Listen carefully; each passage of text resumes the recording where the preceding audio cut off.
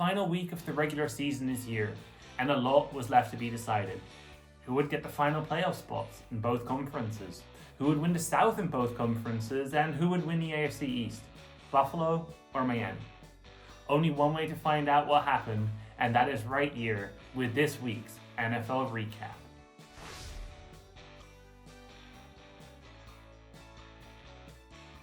It all started on a dreary afternoon in Baltimore as the Steelers took on the Ravens. It was do or die for the Steelers while the Ravens were starting their backups, having looked up the number 1 seed. So, on paper, the Steelers should be in with a serious chance. But this is an AFC North matchup and you never know what's going to happen. The weather had other ideas. The ball might as well have been covered in butter with the number of fumbles we saw in this one. At halftime in this sloppy game, we were tied at 7, having seen 3 fumbles. 1 on the Ravens and 2 on the Steelers. Then, after a punter showcase in the third, the Steelers finally took the lead in the fourth and never gave it up. However, they would still need help. But their biggest concern at the time would be that TJ Watt left the game with injury and his playoff status would be in doubt. Furthermore, either the Bills needed to lose to the Dolphins or the Titans needed to knock off the Jags on Sunday. Something that both teams set to kick off in Indianapolis would also be interested in, as that would mean the winner of that game would win the AFC South. So, onto that game in Indianapolis then. Lucas Oil gave a reprieve from the weather, being a dome stadium, so surely we will get a far cleaner game in this later window than the mud bowl we just saw in Baltimore. Both teams would score in their first drive, but Texas would be ahead 7-3. It then took until late in the second quarter for the scoring to continue, but we went into halftime at 14-6, still all to play for. The Colts came out swinging in the second half, forcing a punt, and then immediately tying up the game with a touchdown and 2-point conversion. They could have even taken the lead, but Matt Gay dunked the right upright to keep this one tied. The Texans kicker then showed him how it's done in the next drive. Indy tied it up again for a bit before the Texans would score a touchdown. In desperation time, the Colts then went for it on fourth, and it looked great until the ball was dropped. The Texans would run out the clock, taking as much time off as possible and even taking a safety to make this possible. They left just 1 second, but would this be too much? Could we see an Indianapolis miracle? We did not. Texans are in, Colts are out. But are the Texans in as a wild card or AFC South champs? They would have to wait until Sunday to find out. We were all dying to find out who would win the AFC South, so to find out, let's head straight to Tennessee. Last season, the AFC South also came down to the wire. In fact, it came down to the same exact game, Titans-Jaguars. Then it was whoever would win that game would win the South. Now, if the Jags win, they are the kings of the South. If not, the Texans are. Just 1 year after being the second worst team in football. Let that sink in for a moment. It looked like the Jags had this division all locked up, but their season entered a downward spiral after Jags players taunted Steelers fans with their own towels in Pittsburgh. Now, 9 weeks later, a Jags loss can catapult that exact same Steelers team into the playoffs. The Titans showed that they still had fight left in them, in what might well be the last game as a Titan for many of these players. Tannehill and Henry would lead the team down the field twice to take a 14-10 lead halfway through the second quarter. Lawrence would then throw not 1, but 2 interceptions, the first of which the Titans offense turned into a touchdown. Another touchdown later in the third, and Texans fans were probably starting to think about a home playoff game. But the Jags would score another touchdown to cut the lead to just 8. After a Tannehill interception, the Titans defense would step up to make a goal line stand as Lawrence's arms were inches too short. The Jags would get one final chance, a 2-minute drill to score a touchdown and 2-point conversion. Surely, with their first overall draft pick from just a couple years ago, this was a no-brainer. Sadly for them, it was not. So, the AFC playoff field was set. Texans win the South, Bills are in, Steelers are in, Jaguars are out. Tannehill and Henry were not the only ones who were possibly having their final game with their team. Rumors have been swirling for weeks, no months, that this may well be the last time we see Bill Belichick on the Patriots sideline. It seemed like Bill being there in New England was a given. I mean, he's been there all my life, being hired a couple months before I was born. However, even things that seem like they will never change sometimes do. At least Bill will have a nice goodbye if this is indeed his last game. A snow game at home against the Jets. The Patriots, despite being bad in recent years, could still never lose to the Jets, right? Holding a 15-game win streak. And the Patriots are also a perfect 11-0 at home in the snow per Nesson. This game though felt different, and at halftime the Jets were up by 6-3. The Pats would not score again, and a 17-3 final is all that remained for Bill and the Pats.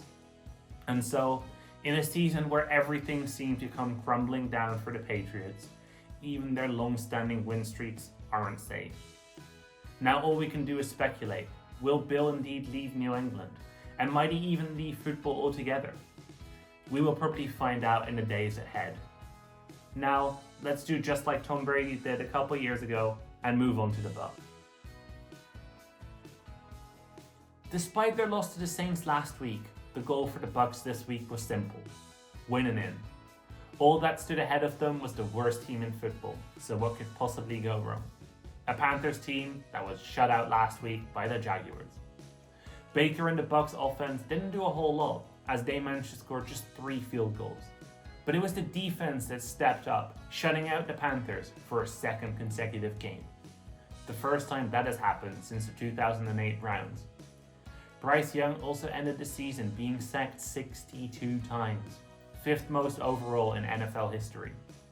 Following this result, the Panthers fired their general manager, and they already fired coach Frank Reich in the middle of the season, so they're in complete turmoil right now. The Bucs, meanwhile, win the South, and with this result, they're set to take on the 5th seed next week. Whilst the Bucs game remained close, the Saints were also still hopeful to win the NFC South. If the Bucs lost, the Saints would clinch the South with a win, and so they were looking to make a statement against Atlanta.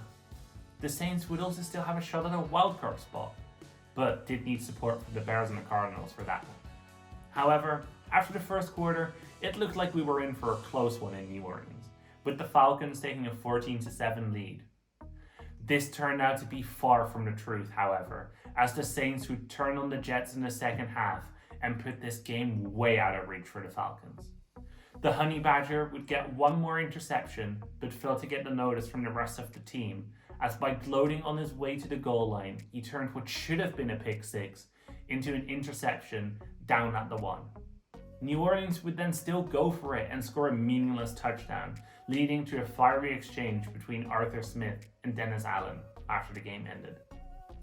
Guess that was pretty fitting, as Smith would be fired at the earliest possible opportunity in the offseason, 1 minute past midnight. The question now is, will this mean that it's finally safe to draft some Atlanta Falcons players in fantasy again?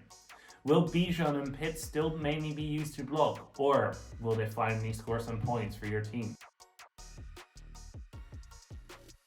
The result from New Orleans would mean that the Vikings were officially eliminated from playoff contention, regardless of their result from this game. Dan Campbell had indicated that he would use this game as a ramp-up one for the playoffs, and so he used all his starters in this one. He also used it as an opportunity to keep the rest on their toes, using number 70, Dan Skipper, as an eligible receiver following the snafu from last week's game against the Cowboys.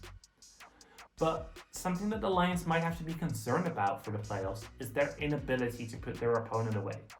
They kept the Vikings in this game way longer than they should have done. And that's not all. Using all his starters in this one ended up being a detriment to Dan Campbell's Lions. They lost tight end Sam Laporta in this one, and he might well be out for next week's game. But regardless, the Lions had reason to celebrate, as for the first time, they were able to raise their banner exclaiming that they had won the NFC North. The last of our early window games was also the one with the least at stake. The Bengals had already been eliminated prior to today, and the Browns had locked up the 2 seed, so rested their starters. The Bengals would end up winning 13-14, meaning that every single AFC North team finished the season with a winning record. The first time an NFL division had all teams finish over 500 since 1935. In the late window, we look toward Green Bay, as the Packers took on the Bears. This game was interesting for 2 reasons. Firstly, this could well be Fields' last game in Chicago. The Bears hold Carolina's first overall draft pick, and so could well decide to move on from it. Furthermore, Chicago could keep Green Bay out of the playoffs with a win, as that way it would go to the Saints, or Seattle if they were to win too. The Bears scored a field goal on their opening drive, and the Packers were looking to replicate this. Instead, they ended up missing theirs. However, Green Bay then figured out they could do something that apparently Chicago could not: score touchdowns. Love threw 1 in the second and 1 in the third to put the Packers up by 8. Both teams also scored 1 more field goal each to keep this an 8-point game, but the Packers held on and moved on to the playoffs. That game finished before the Cardinals-Seahawks game did, so the Seahawks knew that they didn't get the help they needed from the Bears to move into the 7th seed instead of Green Bay. Regardless though, in an entertaining game, Kyler Murray looked pretty good, but didn't quite do enough to beat the Seahawks, who hung on to win this one 21-20. The Seahawks did what they had to this week, but sadly for them, it was too little too late after last week's costly loss to Pittsburgh. Just a couple of games remained with potential playoff implications. First of all, we had to decide who would win the NFC East. Now, a couple of weeks ago, it looked like this was all but locked up by the Eagles, but since then, they entered a downward spiral over the last couple of games and can't seem to win anymore to lock up the East. Now, they would need to beat the Giants and the Commanders to beat the Cowboys in order to win the East. As this was a must-win game for the Eagles, they showed up with all their starters, and boy did it show. A commanding lead at halftime, 24-0. Wait, the Giants had the lead? 24-0? Eagles, what's going on? The Giants have the inverse of your record at 5-11. You should be winning this game easy, or you have no business being in the playoffs, let alone hosting a playoff game. Hurts was already benched in the second quarter as he hurts his hand and threw an interception with the score already at 24-0. Mariota came in relief, and maybe he could be the spark the Eagles needed. Let's see. Well, never mind. Intercepted on his first passing attempt. So much for the Commanders keeping it close with the Cowboys. At least the Giants showed that they could feel some brotherly love, even with the Eagles, after this adorable hug to avoid a penalty. The Eagles would score 10 in the second half, but it looks like a wounded bird is limping into the playoffs after this embarrassing loss to the Giants. Hurts may not be 100% for the game in Tampa, and the Eagles losing in Florida is starting to feel like a real possibility. As mentioned, the Commanders were keeping it close with the Cowboys, taking a 10-7 lead early in the second quarter after blocking a Cowboys field goal attempt. The first field goal attempt missed by the Cowboys all season. The Cowboys would then take a 14-10 lead, and a late interception by Howell would give the Cowboys great field possession to take a 20-10 lead going into halftime. The Cowboys wouldn't look back from this point and added 17 more points to put the final score at 38-10. So much for keeping it close. The Cowboys will now host the Packers this weekend, and we all know how good the Cowboys are at home. And they apparently also get help from the refs if they're at risk of losing to an NFC North team. The Commanders, meanwhile, are in turmoil. They don't know who their QB will be next season, and they will also be looking for a new head coach, having fired Ron Rivera on Monday. Just 3 games remained in the late window, but none of them had any playoff implications, so let's speed right through them. The Raiders beat the Broncos 27-14. O'Connell had a decent game, while the Broncos QB carousel seems to have been dusted off and reopened for business. Jarrett Stidham threw 1 touchdown and 1 interception in this one, and so does not appear to be the answer at quarterback either, following the benching of Russ. The Chargers then hosted the Chiefs at SoFi. The Chiefs rested their starters, while the Chargers are still without many of their own starters, but out of playoff contention. Taylor Swift cancelled her suite knowing Kelsey would not play, and probably most fans in attendance wished they also cancelled their tickets, seeing just 1 touchdown. Not even an offensive touchdown, and a final score of 13-12. At least the Chargers fans got to see Dicker the kicker do what he does best, I guess. The last afternoon game was the matchup everyone was yearning for all week. Sam Darnold versus Carson Wentz. Although playoff seeding was already locked up in this one, there was still at least one person who had something to play for. Puka Nacua. He could break both Jalen Waddle's rookie reception record and the 63-year-old receiving yard record set by Bill Gorman. He ended up breaking both. Yes, Gorman did this in 14 games while Puka needed 17, but Puka has undeniably been the rookie sensation of the year and has cemented himself as a household name after almost nobody knew who he was before the start of the season. Those in Buffalo and Miami were waiting all week for Sunday night, and what a game it was. The winner wins the East, the loser goes on the road. Both teams seemed nervous as both their first drives ended with an interception. And before the second quarter was over, Allen would throw his second pick of the day.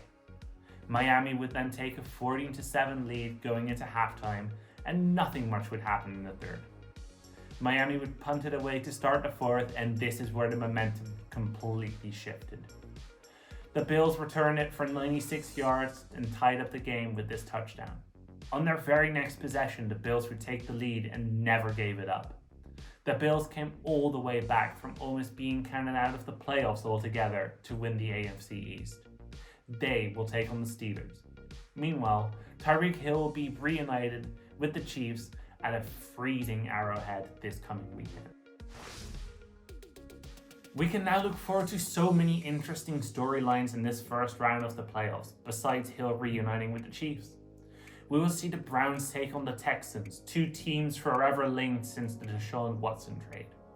Former Packers head coach Mike McCarthy will host the Packers at AT&T Stadium with his Cowboys. And last but not least, the Lions will host their first ever playoff game at Ford Field. The opposing quarterback? Matthew Stafford. How can you not be romantic about football? That's all for this week. Come back next week for the first round of the playoffs.